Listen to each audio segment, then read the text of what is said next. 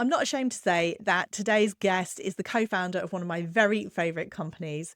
Bird and Blend started on a market stall selling tea and tea drinks, and they have grown to a chain of nationwide shops, including one in Borough Market, which is my favourite place to go and hang out and buy myself some more new delicious tea. In fact, it's a long-running joke in my family about how much I love Bird and Blend. So when they found out I'd invited Mike Turner, the co-founder, to be on stage with me at Retail Raw this year, they asked me, is this for business or for personal reasons? And the answer is, in honesty, both.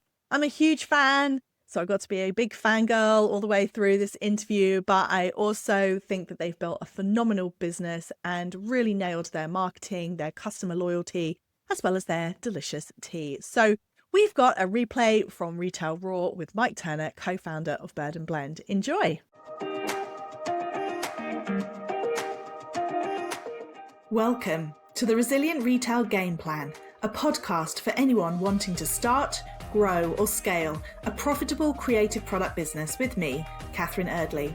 The Resilient Retail Game Plan is a podcast dedicated to one thing: breaking down the concepts and tools that I've gathered from 20 years in the retail industry and showing you how you can use them in your business. This is the real nuts and bolts of running a successful product business, broken down in an easy, accessible way. This is not a podcast about learning how to make your business look good. It's the tools and techniques that will make you and your business feel good. Confidently plan, launch and manage your products, and feel in control of your sales numbers and cash flow to help you build a resilient retail business.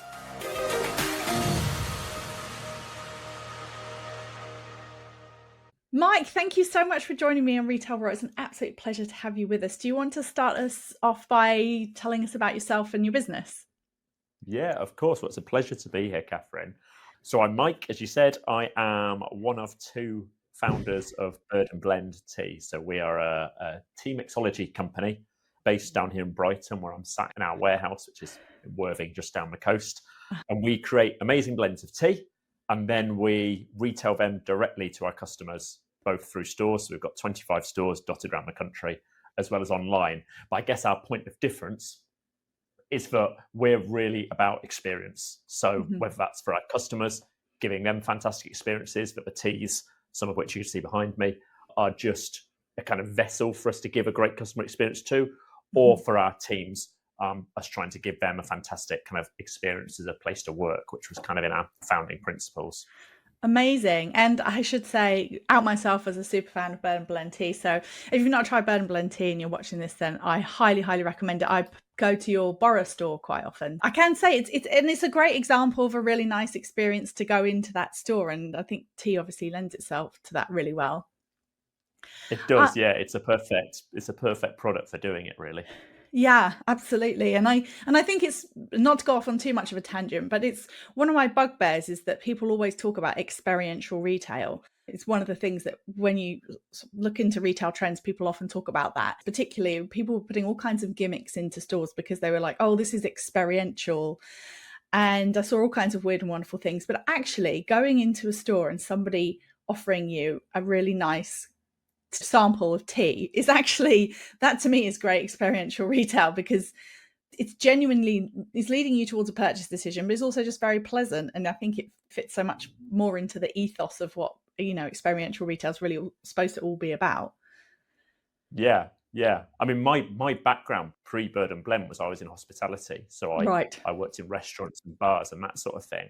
Although I did work in Summerfield as a kid, for anyone who remembers Summerfield as a company. But that was my only retail experience. And really what we do at Bird and Blend is closer to hospitality than retail, I think. We look to give customers a great experience to make them smile. Hopefully they buy the product as a kind of souvenir of that. I think that's kind of where we differ a little bit to a lot of the companies who are kind of shops and they're trying to make it experiential. We've kind of started with that. Actually, it's about the customer having a great time. And then maybe they'll buy something to remind them of that great time, same as you would do in a restaurant. Yeah, that's really interesting. So let's go back to the early days then. So can you tell us a bit about how you got started with it and how you brought your vision to life? Yeah, sure. So Chrissy, my co-founder, and I, we met at uni, and both of us were kind of passionate young people who wanted to change the world.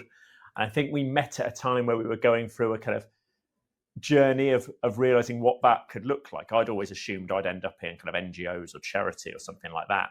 But it's also, I guess, that time where you're starting to work more hours and you're starting to realize the impact that working places has on your life. And both of us have kind of got a little bit sick of working places, making suggestions and working hard and being told by management to get back in your box, you know?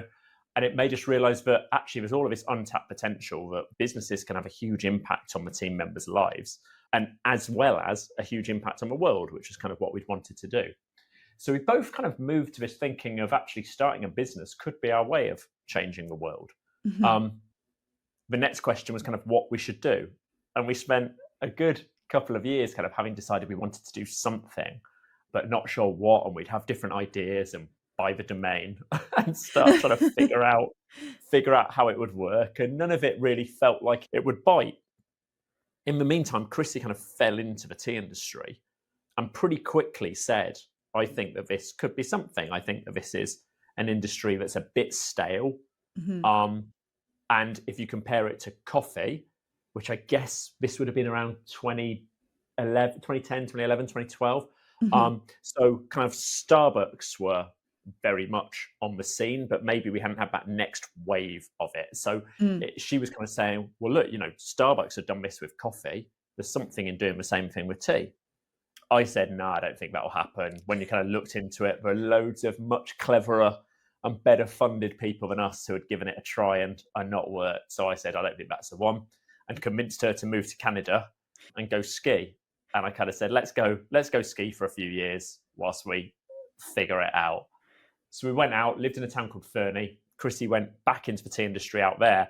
And I kind of saw what she was saying could work in the UK. Over on the other side of the Atlantic, they tend to be a year or so ahead, don't they?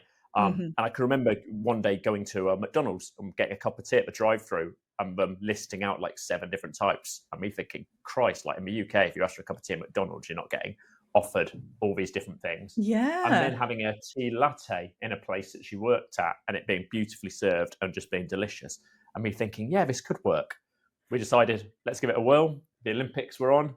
There was no work in the town we were in spring, so we decided we'd come back for spring, see if it works, and either go back there or stay. And I'm still here 12 years later. So you started selling at markets, is that correct? Yeah, so we came back and we booked our first market 6 weeks after landing. And we were quite, you know, looking back, it all sounds very clever. At the time, it didn't feel it. We wanted to know if people would buy, at the time, these drinks from us. So we Yeah. had 6 weeks to create a business. We had the name, but that's about it. So create blends and all that sort of thing.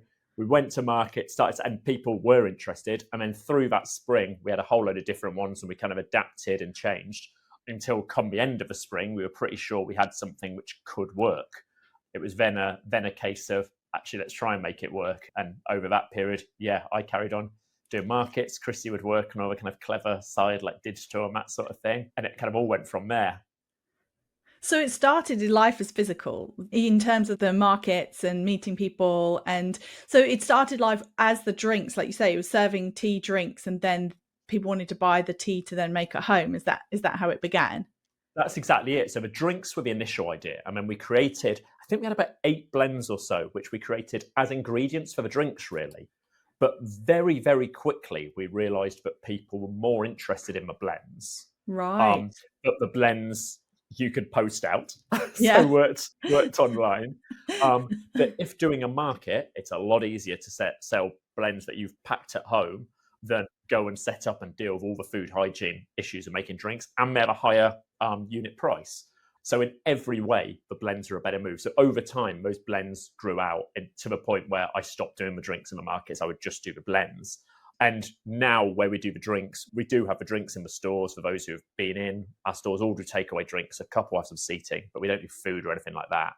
But the drinks are really there to showcase what you can do with the blend. So you can make amazing iced tea, cocktails, or whatever it is. So yeah, we started very much physically, but we were also kind of omnichannel from the start before that was Mhm. a thing. So because we were interested in whether we could create customers who were interested in doing it, I was just as concerned about my bit of paper with people's email addresses on as I Mm. was about the money that I would take home each day. And we were just as interested in how we could, but the business model was go to a market, try and have a great conversation with someone and get them to buy something, and hopefully Yeah. they'll keep reordering online. Frankly, that's still the business model. We just swap out markets for shops. Everything is exactly the same as back then. The customer experience, everything was learned over that period. So yes, we were physical first in theory, but we were kind of omnichannel from the very beginning. And the division of where Chrissy and I guess, were interested, developed some level of skill was she did sit in that digital side and I did sit in that physical side quite neatly. Right, got you. That makes a lot of sense. So you'll see, and I think this is a really important point because I had this conversation a lot with people who maybe they run and say, for example, an independent retailer and that's their main source of income, or they do a lot of events. And I'm always pushing this idea of using your events or your in-person element to obtain customers for the digital side. But it sounds like that's exactly what you guys were aiming for. And I love that you said that you were as concerned about the number of names on the paper that you were using to collect people's email addresses than you were from the sales, because it's not about sales, it's about customers, right? Yes. Yeah, it's about creating that community of people. So yeah, because we knew that, tea has a low selling point. Going and doing a market, you're never going to come back with huge amounts of money. You might just about cover your costs. So we knew from there that the only way it could work was if we were winning customers there, that we turned into customers who would keep on buying from us over a number of years. Yes. Over time, I've started to hear phrases like lifetime value and understand, marketing and that sort of thing, and realize how what we were doing fits into those clever bits. But yeah, from the very beginning, it was all about that. And I totally agree. Events, same, we would go and do. We used to do Glastonbury for years, and we'd do all these festivals, and it was the same thing. At Glastonbury, we might have been serving iced teas rather than the packs in general. But again, it was those email addresses that we were interested in getting really and having a good time. Because I presume that tea is it's an interesting one in terms of people are quite loyal once they're in it, but it maybe takes a little bit more to get them to overcome their built-in loyalty, do you think? Or do you think people are quite fickle with their tea? Both. So the teas which we do are things like, what are some examples behind me? Candy floss, mascarpone and sour cherry bakewell. I don't know if you can see some of them. They're not kind of your normal teas. So we're not doing straight Darjeeling and that sort of thing. Yeah. So we're not competing with people who are drinking normal teas, so to speak, which in some ways is a challenge. No one is shopping for a rhubarb and custard tea, right? So we need to kind of stop them and try and encourage them that they do want that. Now, the great thing is that if we do that, because it's unique to us, we don't kind of open their eyes to the whole world of tea. We kind of open their eyes to Bird and Blend. Yeah. And I learned very quickly on those markets that our best customers were often the people who, when I first engaged with them, said, "Oh, I don't like tea." Because then if we got them to like the little sample I gave them, and again, this is still exactly the same outside the stores, our teams are stood with the tray handing out samples. If they like that sample, they don't think, "Oh, I like tea." They think, "Oh, I like Bird and Blend's tea." And then they stick with us.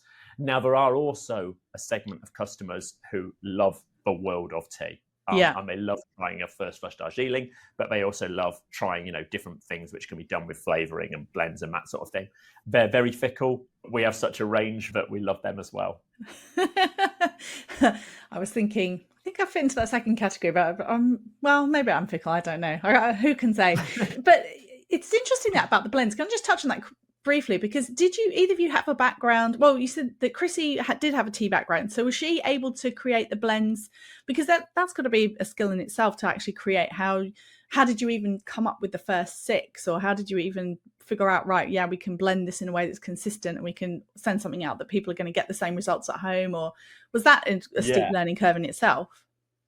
It was, yeah. So we knew that we wanted them to be different. And because at first they were starting off kind of as ingredients. Yeah. So like 2 examples, which I think are both up there actually. Mahiti and strawberry lemonade have been with us since the very beginning. So Mahiti is a green tea with lime and peppermint. Strawberry lemonade is a really fruity tea.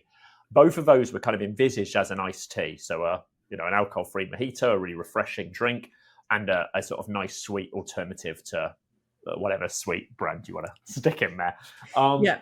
So those ones, it was really easy because we started off with the kind of concept of the iced drink and worked back what the ingredient for it would be. Mm-hmm. Now you're right that actually it can get quite complicated, and we were obsessed with the whole experience. So for us, it wasn't just about that end product. It was, what does the blend look like? What does it smell like? As well as what it tastes like. And that was quite unique with us at the time.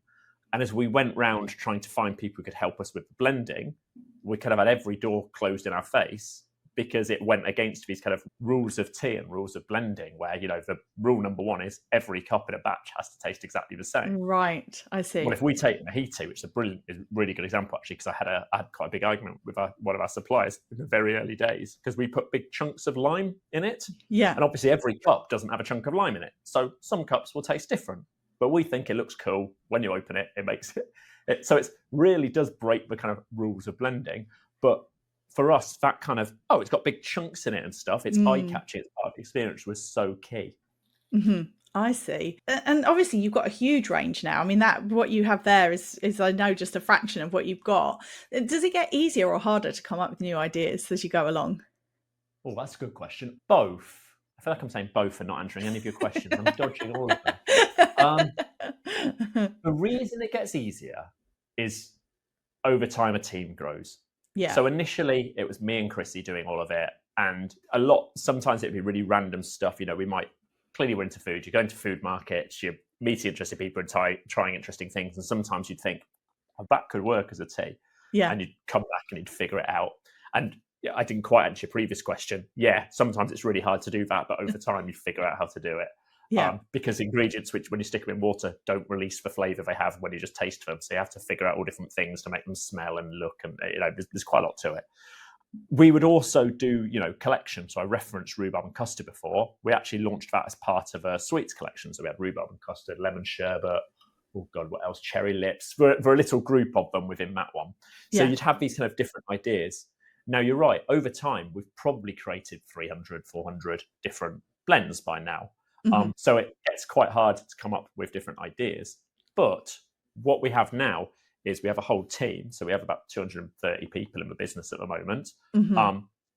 Our teams are hugely passionate, smart, unique individuals who are pretty bought into what we're doing and are overflowing with ideas. Mm-hmm. So, some of our most recent blends are ideas which have come from team members in the stores. We have a kind of digital suggestions box where they could submit them. We now have a product team. So actually Chrissy's not involved day to day anymore. We kind of went from a point of me and Chrissy creating the blends together to then Chrissy really became the tea expert and really knew what she was doing and drove the creative vision forward. Then over the last couple of years, she's taken a back seat. But what she's developed is a product team who have worked with her over a period of time. Yeah. And they're overflowing with ideas. So in some ways it gets easier because we've got fresh ideas coming from not just from a product team itself, but this resource of team members around the business. Yes, totally. And you presumably also can recycle after a certain amount of time. If you've had things that are limited edition, you can bring some of those back as well. And and the customers like that. And that's always actually been part of the business model. So a couple of our biggest teas are exactly that. Spiced pumpkin pie is a Halloween tea we do, and we've done that since the very beginning. We were very influenced by North America. Yeah. And that one we really kind of went for that cream egg effect of bring it back. And it used to be day one, it was the biggest sales day of the year. Now it's become a smaller part of that mix, actually. But yeah, so we will recycle. I remember certain ones which everyone has just forgotten about, we bring back. We do vote backs. So yes, you can recycle them. The other bit is you can get clever with it. So we have a tea coming out this year, which is the first time it's ever kind of following one of those trend reports. And, now the suppliers will send us those reports where they say, here are some ingredients which we think are going to be really popular over the next 18 months. And for the first time, we've actually looked at one and there was an ingredient in there and we thought, we've never heard of that. And that sounds really cool. Actually, it was literally sounds really cool. I was like, that name would, I don't want to say what it is, but you could do some cool rhyming things with it. Yeah. And there's a beautiful story which fits in and that sort of thing, as well as it being a cool new thing. And we've always wanted to introduce new things. So you can start to be a bit cleverer with it rather than just two kids mixing Yes. stuff together in a bedroom, you know? You got a bit more, a few more resources behind you. That's it, yeah. Yeah, I think I live in hope of, you had a limited edition lump of coal tea, which was both smoky and spicy, which is my favorite. I was just thought it was the best tea I've ever had. But yeah, I could totally see that. It's like sucks you in, then then you got your vote backs. And I mean, I do think, from a customer perspective, you do a very good job of making it feel like you're kind of part of a club almost when you buy from you, like you've got your secret website if you Yeah. bought before you sign up to the email list. I mean, because of what I do, I'm always looking at my experience as a customer, and I was like, that's really smart. So you can only access it if you're on the mailing list, which is brilliant. Not even Reason. just because you're on the mailing list, actually. There's a couple of Oh, hoops you need to have jumped through to, oh, to have it now I opened up feel to even you. more privileged. But you're right. And there's that. We've got a group called Brew Society, which it's dedicated customers, but it's also a Facebook group which has 7,000-8,000 members on it, and they're talking about it all the time. And it's these kind of unlocking different communities and things. And you're right. I think one of our things is where a lot of companies try and be really cool. And I know we had a competitor who used to kind of go into their shops, and it was a bit like a nightclub. They'd always be kind of looking down on you, kind of leaning into that coffee culture thing, actually, where, you go into a trendy coffee shop and they sort of spit at you because you don't know exactly what you want. Whereas we've always been the opposite, like, hello, come and talk to us. And I think you're right. It does create that kind of community of very unique people or weirdos, depending on how you want to put it. But I mean that in the most positive sense. It's such an interesting one. And I think often it also, when we think about loyalty, we often think about it being to do with, discounts and money off, etc., etc. But actually, like you say, like that, unlocking different levels of access. People love feeling like an insider, or like they love that kind of that access. And I think people often overlook how powerful that can be, really. Yeah, and it's great for us because it gives forums for those people to talk to us, to tell them what they like. Advent calendar is a case in point. So our Advent calendar is our single biggest product of the year. And last year, we made some changes to it, which impacted the quality of the product. We try and do things in quite an as environmentally friendly / least environmentally harmful, however you want to put it, way as possible. We made some changes to try and support that. And we got a lot of feedback that actually people didn't like the changes. Well, having that feedback contained amongst our super passionate fans sometimes can be a bit overwhelming because everyone jumps in and gives their 2 pence. But equally, it captures it lets them feed in. And then when we go back and say, well, look, here's some changes we've made off the back of it, people feel included. And that feel included is such a key thing that runs through the business, that it's all about community, and that runs through everything. Even our name actually came from the community. We rebranded, and the name we chose was based on responses to a survey from our customers. Okay. We funded ourselves through crowdfunding. So we have 1,800 of our most loyal customers are owners in the business. So that kind of community bit of people kind of pitching in and giving their ideas and stuff plays into every aspect of the business. That's really fascinating. Can you tell me a little bit more about the crowdfunders? So how did that work, or when was that? Was that sort of a certain point where you felt like you needed more capital to grow and you decided to go out to the community? Yeah, so we've done it twice, and that's the only money that we've raised. For a long time, me and Chrissy started it when we were 21, 22, something like that. And we had a very long-term vision for the company. So we never wanted to bring in kind of all that institutional money and be forced down a path of grow, sell. But we got to 3 stores just without any funding, just reinvesting profits was the main bit. We did some kind of clever stuff with cash advances when they were first coming out. Basically, we had no money to start with. And so when you've got no money, you learn how to bootstrap. And then when people say it still is in us now, we had 5K was what we started the business on. Then when we opened our first store, we got a 25K loan through the startup loan scheme. So I had to do everything ourselves. That still goes in now. That I was talking to someone the other day who spends $250,000 on my shop fit outs. We're still doing ours for like 30K because I've still got that thing of, well, I could put that up, so I'm not paying someone else to do it. So we were able to get to 3 stores without needing any funding. We then kind of were wondering what to do next. Felt like there was huge potential in what we were doing. And so we're thinking, well, maybe we should raise some funds. And we started talking to some of the different bits, but we had this fear of grown-ups coming and telling us what to do. We didn't want that. That was, one of our reasons for starting it was to go and do our own thing. Yeah. And crowdfunding was kind of starting to be a thing. I guess Brewdog had kind of broken through with it, and I've always been kind of interested in that sort of. I'm just interested in businesses and how they operate. So I was kind of aware of it, and I thought this could work really well. And that actually the big bit for me was how we could bring the team on board through it. So I was actually in Bristol sampling, and I can remember the moment that I gave someone a sample, and there's a little bit of a kind of spiel where you introduce who we are. And the guy said, "Well, you're not an independent then." And I was like, "Oh, what do you mean?" He was like, "Well, 3 stores. That's not an independent." And I was thinking, well, I mean, I'm the owner and I'm stood here with my sample tray. Feels pretty independent to me. And I kind of clicked that what if every member of our team could have that thought in that moment? So that was actually the biggest bit of crowdfunding. I was like, this is a way that we can give our team shares in a meaningful way. But it also went along with, let's bring it in. Now, don't get me wrong, we were lucky enough that over those first 2 years, I think because we were young, there were a few people who we met and they were kind of like, we like what you're doing, come and talk to it, we'll give you some advice. And actually our biggest investor is exactly that. He was a judge on a Dragon's Den panel for a $3,000 grant. Oh, wow. And we went in and he said, I love it. That evening he phoned us and said, I would love to invest. And we kind of, I don't want to sound, that might be mad. And we're like, yeah, that is mad, but let's stay in touch. And he's kind of been an advisor. And then when we got to the point where we said, we think we should raise some funds, he said, well, actually, I'd quite like to get involved. And there's 3 or 4 people who are similar. We've met them through doing this, or they've been customers or whatever, and have put in money. But it then allowed us to, pitch out to our customers exactly the same as any other marketing campaign. It's not about the product; it's about joining in with what we're doing. In 2017, we did that, and we raised about 350,000 from 280 people, I think. Oh, wow. Yeah. That got us up to about 7 stores. So in 2021, we did it again, and we raised about $1 million that time for about 1,500 investors in that round who all came on board. And exactly the same thing, us saying, come and join us. We're doing this. We think it's got big potential, but we're not planning on saying we're going to sell in 3 years or anything like that, as everyone else does. And people seem to want to join the ride. I see. No, that makes total sense. And I'm sure these are all your most loyal customers as well, right? For sure. Yeah.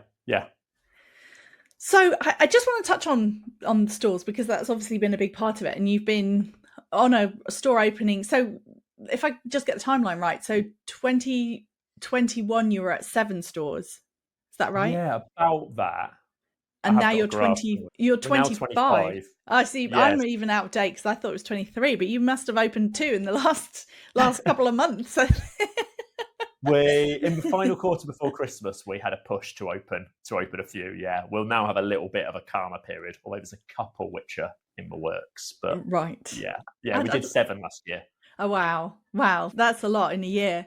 And I wanted to talk to you, one of the reasons, obviously, but in fact, I'm a big fan, is that, you've really embraced bricks and mortar stores as part of your model. Now, from everything you said, I completely understand why, because it's so integral.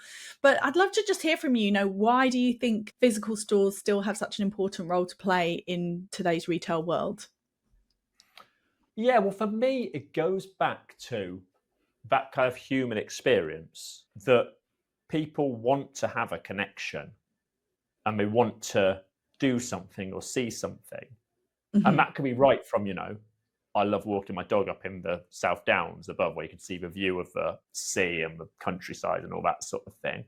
But that also can mean going into town and experiencing new products or cocktails or food or anything which is kind of an experience and makes you feel something. Now, while some of that is replicatable digitally, yeah, and clearly, in fact, we have lots of customers and team members who are big gamers and that sort of thing, and they build these communities online. Yeah, I sound like an old person because I've never been a gamer. I don't really understand it. But it's the same. It's the same connection, right? Yeah. But it's not for everybody. A lot of people, myself included, need that kind of that physical.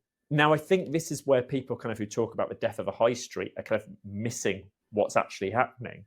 There's an increased need as we become more digital and we work from home and jobs become a lot more, talking at a screen and using ChatGPT and all that sort of thing, to have moments where we stop and just think. I'm going to use cocktail as another example because I happened to go to a really good cocktail bar the other day, so it's in my head. The way that has been skillfully crafted and the glass that it's in and the beautiful environment I'm in and the theatre of making it is a moment in itself which couldn't have been repeated online. And increasingly, I think people want to go, when they want to go into town, it's for that. It's to go and dwell and to have a nice time. Hmm. Now, I do see that what they are less likely to want to do is when they need, I've just moved house, so I need to buy a tool the other day. Yeah. Do I want to go to the ironmongers and go and get the, actually that day I did because I wanted it straight away and it was annoying that but Yeah. generally that kind of thing you need, which is the Mm. traditional thing of business, find a need you can fulfill, you can get online in general. You can buy your clothes online and that sort of thing.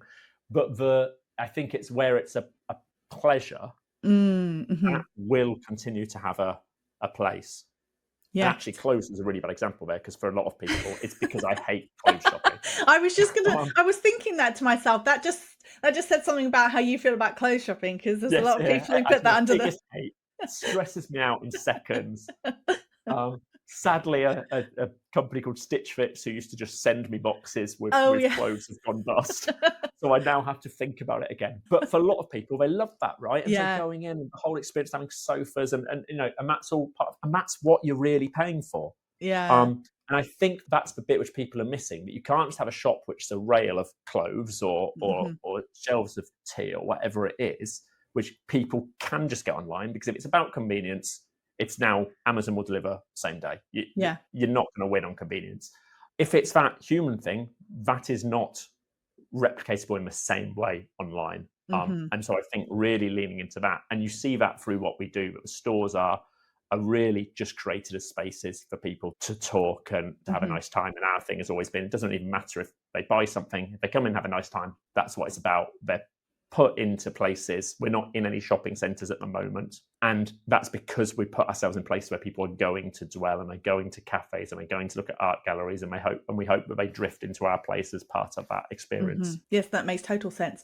There's such a symbiotic relationship as well between online and bricks and mortar. So, for example, if you're opening in a new market, I'm sure that also opens up more web sales in that market as well, right? Because the people that came to the store and bought are now coming back and buying again. And are you still very much seeing the stores as almost like the channel to get people to get their details and get also be able to sell to them online or get them to buy online? For sure, the stores are our biggest marketing channel. Our business model has always been starting off with markets, go do market, introduce customers to what we do. Yeah. Ideally, they'll keep shopping with us online.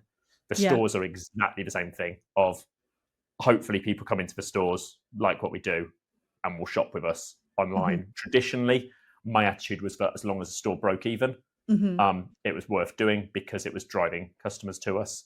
All of our stores do actually make money, but I would say that I would rather put money into retail than into Google or Facebook's hands. So I would Yeah. actually be comfortable with opening a store at a loss and treating it as marketing. So 100%, they're totally combined. And I think, again, it's really easy to just say, oh, omnichannel is about collecting email addresses. Or equally, it's really easy to say it's really complicated. Our till system, our online system still isn't connected together. Oh, But it really? actually is a little bit these days, but they're different systems. We've tried 3 times to connect it. And yet I would say that our joined up experiences, as a customer, is better than most companies which have really, really clever systems, because it Mm. goes to the very heart of what our team are doing in the stores. They're not Hmm. jealous of online for getting the sales or anything like that. They see it all as one big thing. Yes. Yeah, yeah, that makes total sense. Thank you so much. I've really enjoyed our conversation. I think it's just fascinating, and I love the fact that you're really pursuing that bricks and mortar expansion. So you said there's a bit of a lull, but do you have more plans for more stores in the UK then? And Oh yeah, definitely more stores in the UK. It's more a lull of a few months. I think this year we'll do another 6 or 7. Mhm. We're growing pretty fast, and we've not got any intentions to stop doing that. Yes. So I think it is a funny one, because I always said 24 was the number that we needed, and we've Yeah. now just got over that. So we are trying new markets and that sort of thing. So it will kind of depend how that goes, but we'll definitely keep on opening for a fair while. Is it maybe easier as the years have gone by to get, because I think often, businesses, well, it depends on the landlords, but there's a certain amount of balance of power. If you can say, we're a well-known brand, we'll be bringing, because you're almost then footfall generators, right? Because people know the brand and they want to come. And so Yeah, then, there's definitely a tipping point where yeah, your second shop is your hardest one to get, because your first one, the landlord, they know you're going to be there, and it will yeah, probably work too suddenly. So that took some convincing. But now you're totally right. And actually, we've had a couple where we've been able to get quite significant incentives, whether that's rent-free or capital contributions from a landlord, for exactly that reason, that they know that there's a group of businesses in the UK which are quite fast growing that are opening stores and tend to all open around the same areas. So you see one of them open and you think, oh, maybe we should be looking at that area. And we're one of those. So by getting us in, yeah, exactly that. It's likely to draw in both customers and other high quality retailers. And so they want us to come in. There's also a whole load of problems of growing and how you manage it and that sort of thing. So it's not all fairy dust. But that is one of the big advantages. It certainly makes the commercials a little bit easier when the landlord will pay for your fit out or whatever. Yeah, for sure. Maybe go above your 30k budget then if you're getting some. Well, yeah, they do tend to want all sorts of different certificates and things, which we've not tended to do in the past. So it does put the cost up. Amazing. Well, thank you so much. And do you want to just finish this off by telling people where they can find out more about Bird and Blend? Yeah, so online we're birdandblendtea.com. To be honest, we've now got shops in pretty much all of the major retail destinations in the UK. But if you search for us on there, it's got the map with all of them. And we're on all of the social medias and all of that sort of thing. And occasionally I'm now on them, although, as you'll gather by the way I've just referred to them, I don't really understand them all that well. Thank you so much for tuning in. Wasn't that a fabulous session? I really enjoyed finding out more about their journey. Of course I did. As I said, I am a fan. Can't deny it. And I hope you enjoyed this episode. If you have a moment to rate and review the podcast, you can rate and review it in Apple Podcasts, or you can rate it within the Spotify app. That would be hugely helpful to us. And of course, if you like, follow or subscribe, depending on which platform you listen on, you'll be the first to know about each new episode happening every week. See you next time.